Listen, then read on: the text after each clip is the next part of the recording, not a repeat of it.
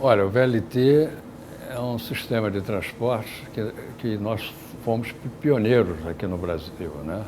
O Rio de Janeiro foi pioneiro, na época da Companhia do Metrô do Rio de Janeiro.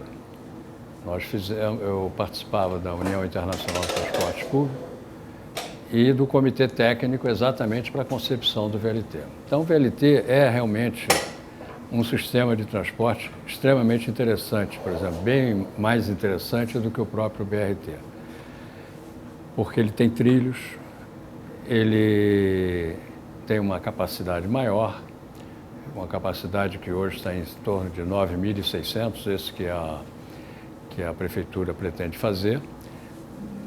O nosso tinha uma capacidade já de 26 mil passageiros por hora, porque ele ia antes do metrô.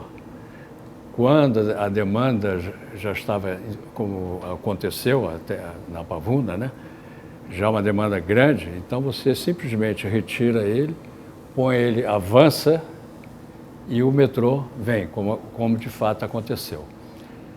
No caso desse VLT, ele é mais tranquilo, né? Ele tem uma velocidade menor, uma velocidade provavelmente, ele pode chegar até 60 km por hora, mas como velocidade máxima, depois cai, né? O outro ia a 100, diferente. Mas esse sistema de transporte, a minha preocupação com esse sistema é que ele vai integrar algumas estações do metrô do Rio de Janeiro. O BRT no dia a dia, vamos chamar assim, né? Ele vai, por exemplo, sábado, domingo, feriado, ele vai ser disputado, e bem, no bom sentido. É claro, evidente, que uma estação como a Estação Central, que tem 77 mil pessoas, um pico de 18% em uma hora, é complicado, né? O pessoal vai ter que vamos ter que preparar isto, talvez descentralizar mais, como já vem de alguma forma, porque ela já vai ficar descentralizada na Estação Central, na Estação Carioca, que é outra também parruda, né? E vai ficar também na Estação Cinelândia. Então, são 3 estações que você pode fazer uma redistribuição. Mas, muito difícil se o metrô tiver realmente tendo um sucesso enorme de demanda. É isso que eu estou querendo colocar. Ainda vai até as barcas. E nas barcas, ele vai ser ajudado pelo metrô Estácio Carioca Praça 15, que é a linha da vez, né? Enfim, é a linha que vai precisar ser implantada para absorver esses catamarãs que estão chegando aí, hoje um já está em operação, que se o metrô não estiver ali para poder captar esse pessoal, vai acontecer o que aconteceu no passado.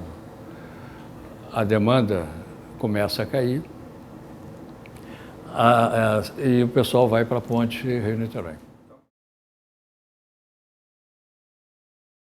A demanda está intimamente relacionada ao uso do solo.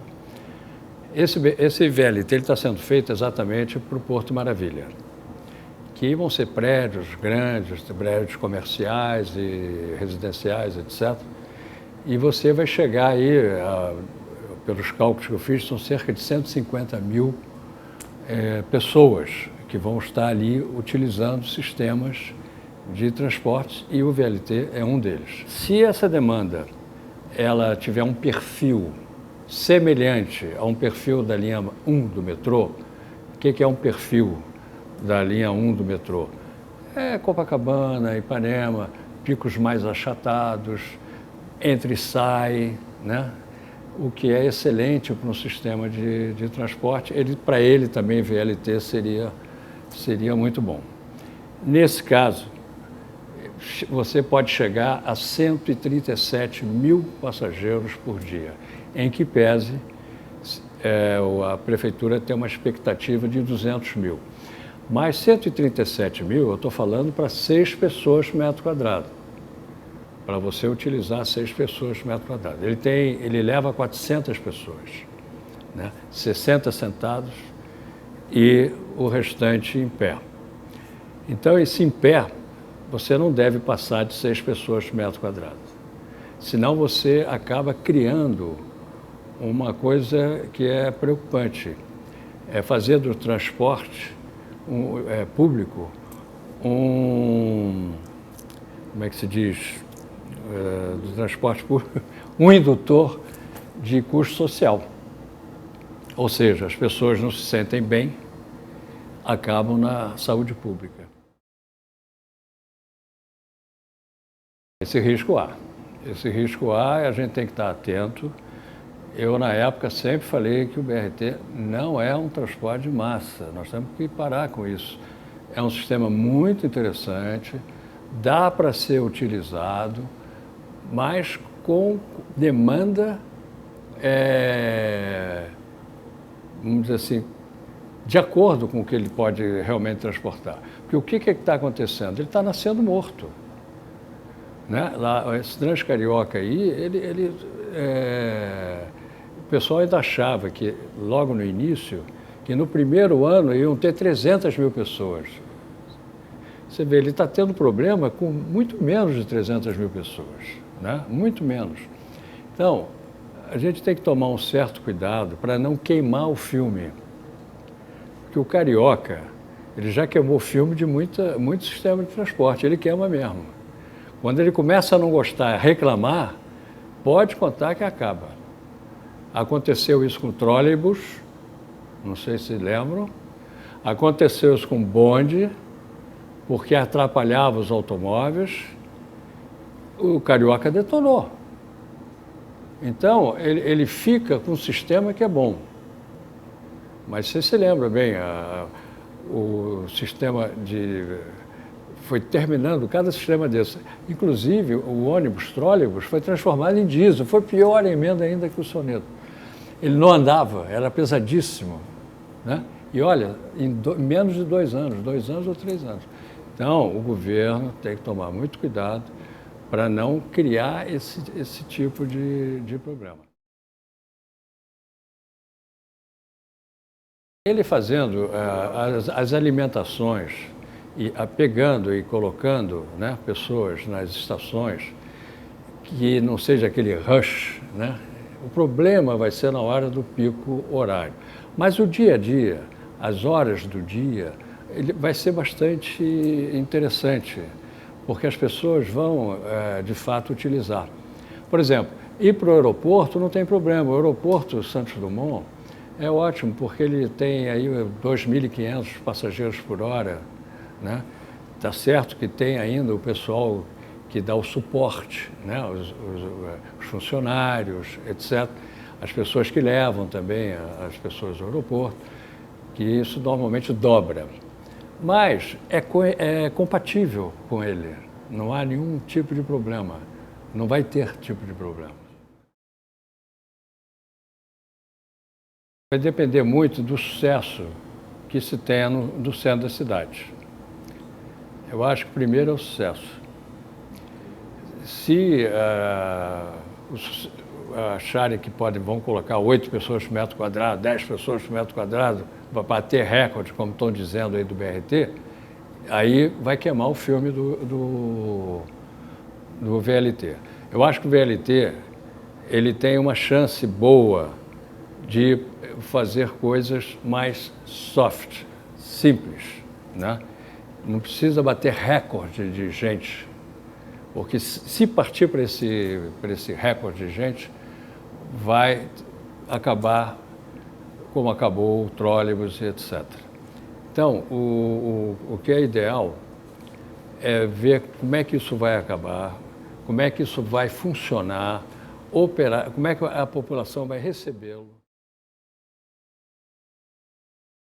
Quando eu estava para entregar o metrô, naquela época, só para você ter uma ideia, os franceses que estavam trabalhando conosco chegaram para mim e disseram assim, olha, McDowell, tem problema no metrô. Eu falei, qual? Está com uma amperagem muito grande e nós vamos ter que ter cabos de cobre, mais ou menos desse diâmetro, de ponta a ponta no metrô, 2 em cada linha. Eu falei, bom, você acabou de inviabilizar o metrô. Pô, nós íamos entregar, né? Aí se não fossem os alemães que deram uma solução genial, você pode olhar na Cinelândia, em qualquer lugar que você vai ver como é importante. Tem 2 trilhos, além do trilho normal, né? Tem 2 trilhos e uns cabos azuis. Pode olhar. Ninguém sabe, olha e não sabe o que é aquilo. Aquilo ali são ligações equipotenciais. São ligações para transformar a resistência para a corrente voltar para a subestação retificadora de resistências em paralelo e não em resistência em série. Eu não sou engenheiro eletricista não, mas tive que aprender porque eu era responsável, né? Então, pelas engenharias todas, né? Mas tinha uma equipe maravilhosa. E esse problema veio e nós conseguimos resolver dessa forma. Agora, isso é um ponto de interrogação, tá?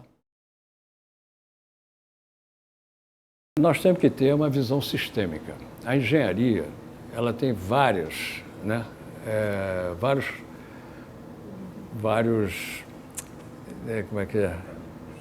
caminhos, né? Então, o que você precisa é ter uma visão sistêmica. Quando você vai fazer um BRT, né, você tem que olhar tudo que está no entorno e dar solução para tudo que tem que estar no entorno. Para quê? Para evitar que seja atropelado, haja acidentes, as pessoas possam se machucar, morrerem e coisas desse tipo. Então, há uma necessidade de visão sistêmica. Por exemplo, o metrô que nós fizemos aí, nós cuidamos da porta do metrô. Estava lá fazendo parede de diafragma, segurando o prédio, não sei o quê, mas estávamos olhando a porta do metrô que precisava ter 1,90 m. O japonês é mais estreito, tem uns empurradores. Então, para que isso? Nós fizemos os estudos ergonométricos. Então, isso não é demérito para ninguém, pelo contrário. Ninguém nasceu sabendo, né? Então, tem que ter equipes boas, competentes. Não é porque trabalhou com o governo A que não vai ser aproveitado no governo B. Isso é muito comum aqui no Rio de Janeiro. Tem que aproveitar, tem que chamar a experiência, tá certo? Para evitar os dissabores. Planejar melhor. Então, você tem que fazer o planejamento, que é a peça fundamental, dentro de uma visão sistêmica. Fazendo isso, você vai minimizar os problemas todos, tá? Eu não sou engenheiro eletricista, é como eu te falei, eu fui obrigado a conhecer muita coisa de elétrica quando eu estava no metrô, porque você tem que entender as engenharias todas, você não precisa ser um expert ali, mas você precisa entender. Hoje eu sei fazer subestação retificadora, quer dizer, faço quantas eu vou precisar para o metrô, coisas desse tipo, isso eu faço.